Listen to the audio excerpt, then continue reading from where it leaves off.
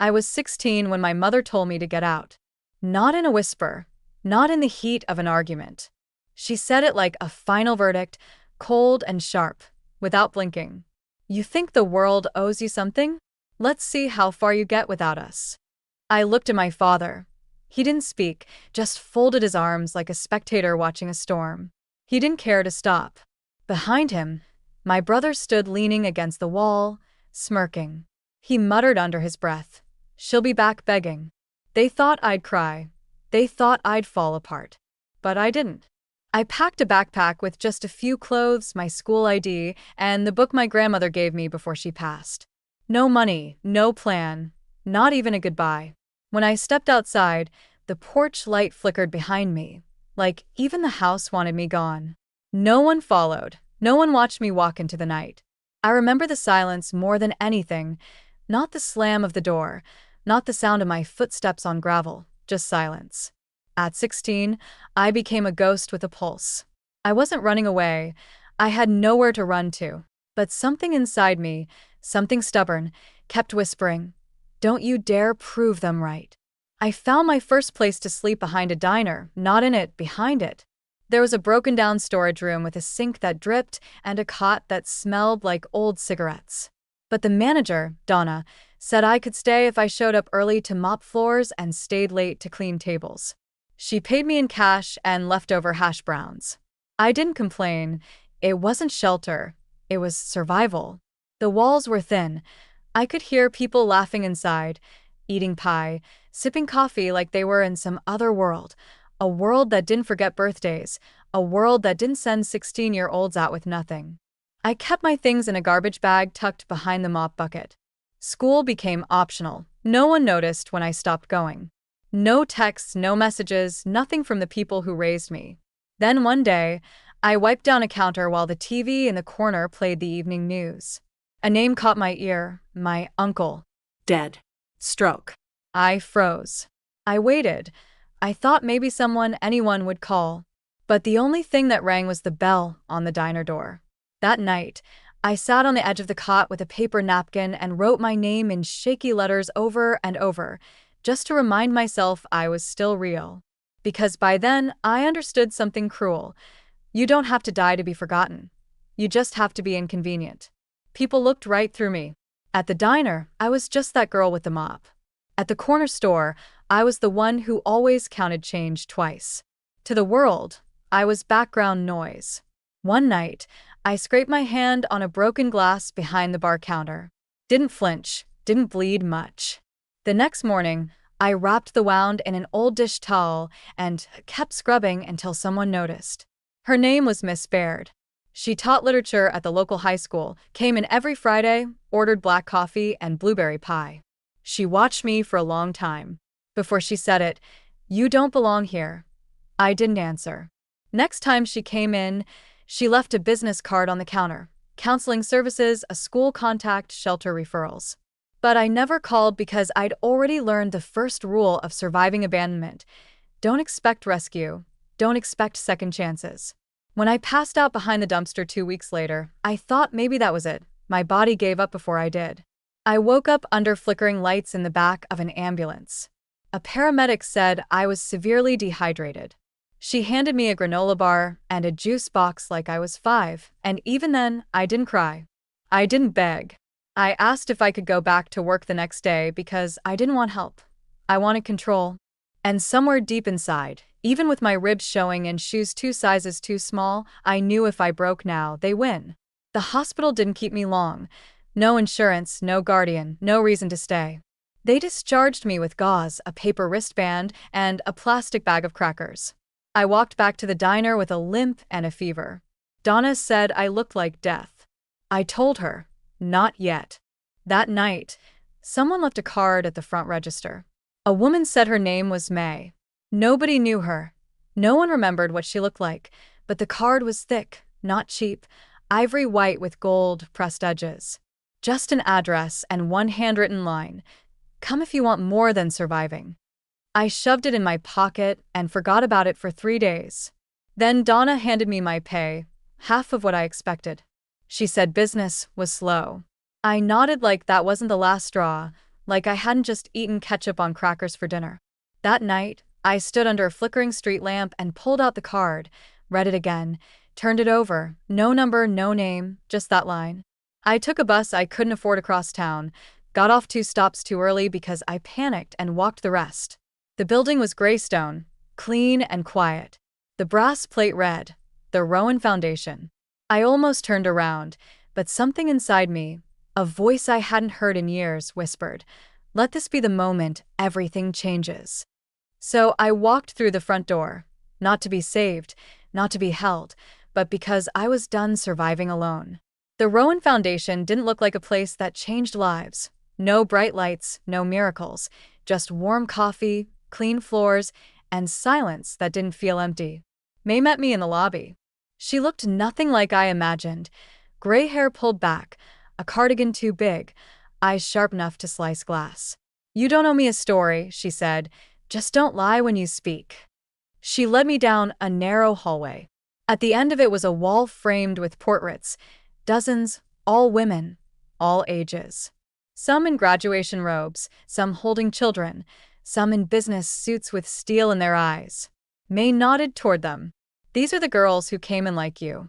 I stared at them longer than I should have, not because they were smiling, but because every one of them looked like they'd survived something they never should have had to. She gave me a small room upstairs, a real bed, a desk, a window with no bars.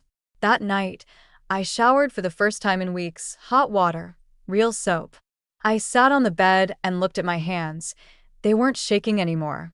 Over the next few weeks, I worked in the kitchen, swept halls, sorted donations. May handed me a GED prep booklet and said, "You're not staying long term. You're moving forward." For the first time in years, I had a calendar, deadlines, classes, a future. No one knew where I was, no one came looking, and that was fine because I was no longer invisible. I was on a wall, not yet, but someday. I swore when I got there, I'd take the next forgotten girl with me.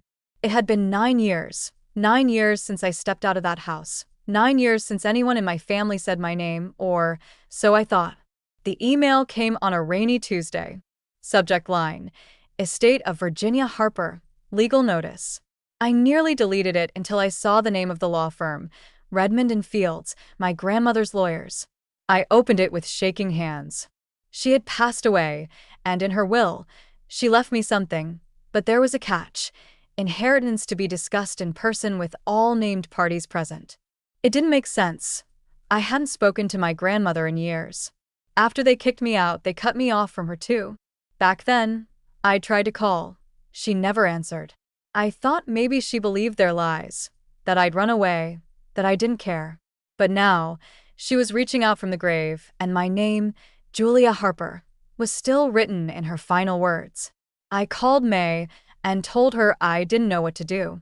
She just said, "If they thought you disappeared, let them see who you became." That night, I booked a flight back home, used the last of my savings, didn't hesitate because something deeper than grief was calling me. Not just for closure, not just for revenge, but because my absence wasn't silence, it was preparation. I had a feeling they were going to regret thinking I was gone.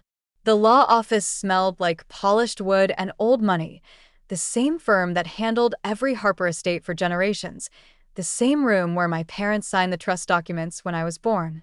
Now I was walking in through the front, not carried in someone's arms. I wore a plain black dress, hair tied back, nothing expensive, nothing loud, but I walked like someone who didn't need permission to be there. The receptionist looked up, froze. "They're already in the conference room," she whispered, like she was afraid to say it out loud. I opened the door myself, and there they were. My father, my mother, my brother, arms slung over the back of a leather chair like he owned the place. My mother's jaw tightened like she'd bitten into something sour. My brother actually laughed. "Oh, look who showed up," he said, smirking. "Thought you were still mopping floors." I didn't answer, didn't sit. The lawyer entered a beat later, briefcase in hand, and said one word that made the air shift. "Julia." My father blinked. My mother tried to interject. "There's clearly a mistake. She hasn't been involved in this family for a decade." The lawyer cut her off. She was never removed from the will. Virginia Harper made that clear. Silence. Then he began reading, not just the numbers and property lines, but the statement, my grandmother's statement, typed, signed, notarized. She was cast out, but she endured, and that strength deserves more than this family ever gave her. Then the blow. The house, the land, the remaining assets, all to me. Not split, not shared, mine. My mother stood so fast her chair screeched. This is outrageous. I finally sat down, folded my hands, looked her in the eye. Then Sue her ghost. The key turned like it remembered me. The Harper estate was colder than I recalled. The curtains were drawn, the floors too clean, like someone had tried to erase a history they never lived. But this place, it wasn't theirs anymore. I moved through the rooms like I was walking through a dream I'd once lived in. The grand piano, the crystal vase, the family portraits carefully rearranged to hide what they chose to forget. Upstairs, in the smallest guest bedroom, I found her things. My grandmother's scent still clung to the shawl draped over the armchair. On her dresser sat a stack of books, yellowed at the corners, spines cracked, and next to them, a chipped porcelain teacup. I knew that cup. I was 8 when I gave it to her, bought it with saved-up lunch money from the school vending fundraiser. It was white with faded pink roses and a handle too dainty for her hands. She used it anyway. Every Sunday, she'd sit on the porch and sip chamomile from that cup like it was fine china. She always said, "Doesn't matter how it looks, it matters who it came from." And there it was, still here, cracked, stained, but not discarded. Beside it, tucked in a drawer, was her journal. She'd written about me. They lied to her then. They erased her. But I see her. Always have. The final entry simply said, "She will come back, and she will choose what to do with this house." That night, I didn't sleep in the master bedroom. I curled up in that little armchair, her shawl around my shoulders, and stared at that teacup because I finally understood she hadn't left me anything. She'd been saving it all along. The invitations weren't mailed. They were hand-delivered, quiet, discreet, purposeful. Julia planned the event with precision. No fanfare, no press release. Just a soft announcement posted on a local shelter's bulletin board and a few whispered phone calls to people who'd once lived where she had. On the day of the celebration, the Harper estate looked different. The iron gate stood open, the front steps were swept, not grand tables lined the lawn. Simple food, lemonade, name tags for girls no one used to call by name. Julia stood at the front door, greeting each guest, not as a host but as one of them. They came in waves, young women with tired eyes and strong shoulders, social workers. There was no champagne toast, no string quartet, just laughter where silence used to live. Halfway through, a silver car parked across the street. Her mother stepped out first, flanked by her father and brother. They didn't approach, they watched. Her mother's lips parted as if she'd expected red carpets and remorse. Instead, she saw folding chairs and foster girls painting murals on the garage wall. Her brother tried to walk up the driveway, but a volunteer stopped him with a clipboard and a smile that didn't budge. Guest list only. Julia didn't even glance their way. She was busy helping a girl adjust her graduation cap for a photo. By the time the local news van arrived, Julia was handing over the deed, formally transferring ownership of the Harper estate to the Rowan Foundation's newest project, a transitional home for girls aging out of foster care. "We call it the May House," she said into the camera. "Built from rejection, held together by women who weren't supposed to survive." From across the street, her family stood frozen, uninvited guests at a legacy they once owned, now watching it bloom without them. It was left there like a quiet apology. No knock, no note on the door, just a suitcase, old brown leather, scuffed at the corners, resting against the white column of the Harper estate's porch. Julia almost didn't see it when she came down the steps to water the garden.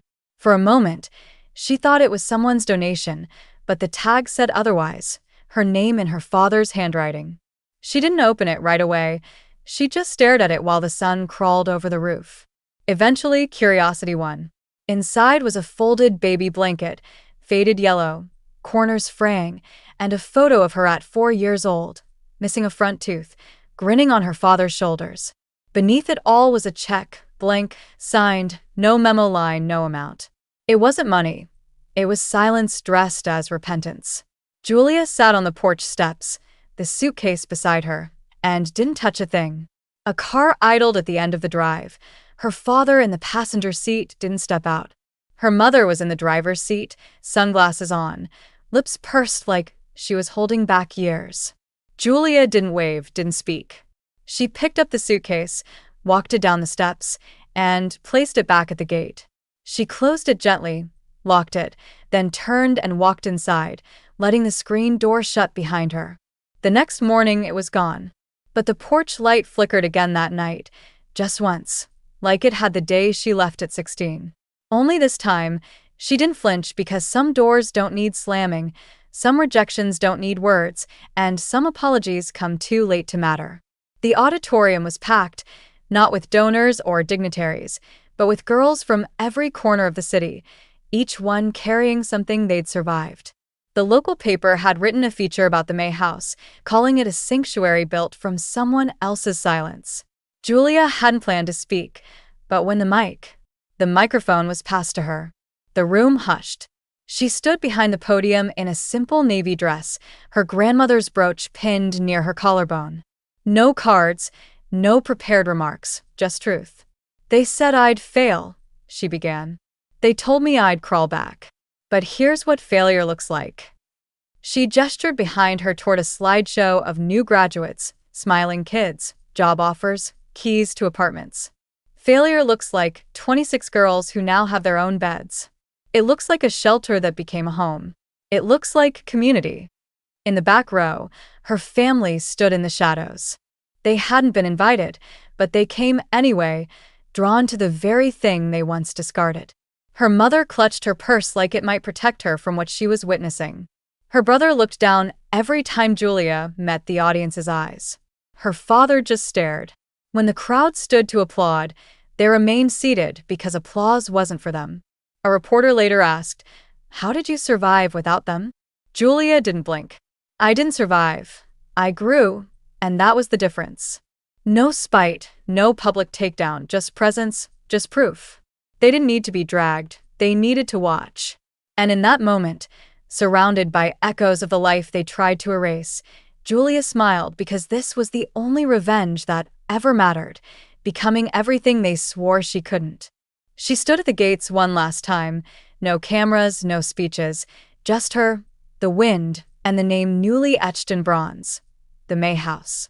Her fingers brushed the plaque like a thank you note in silence. Behind her, the lights in the upstairs window flickered on, laughter spilling from a hallway where girls argued over music and leftovers and life. It sounded like healing. It sounded like home.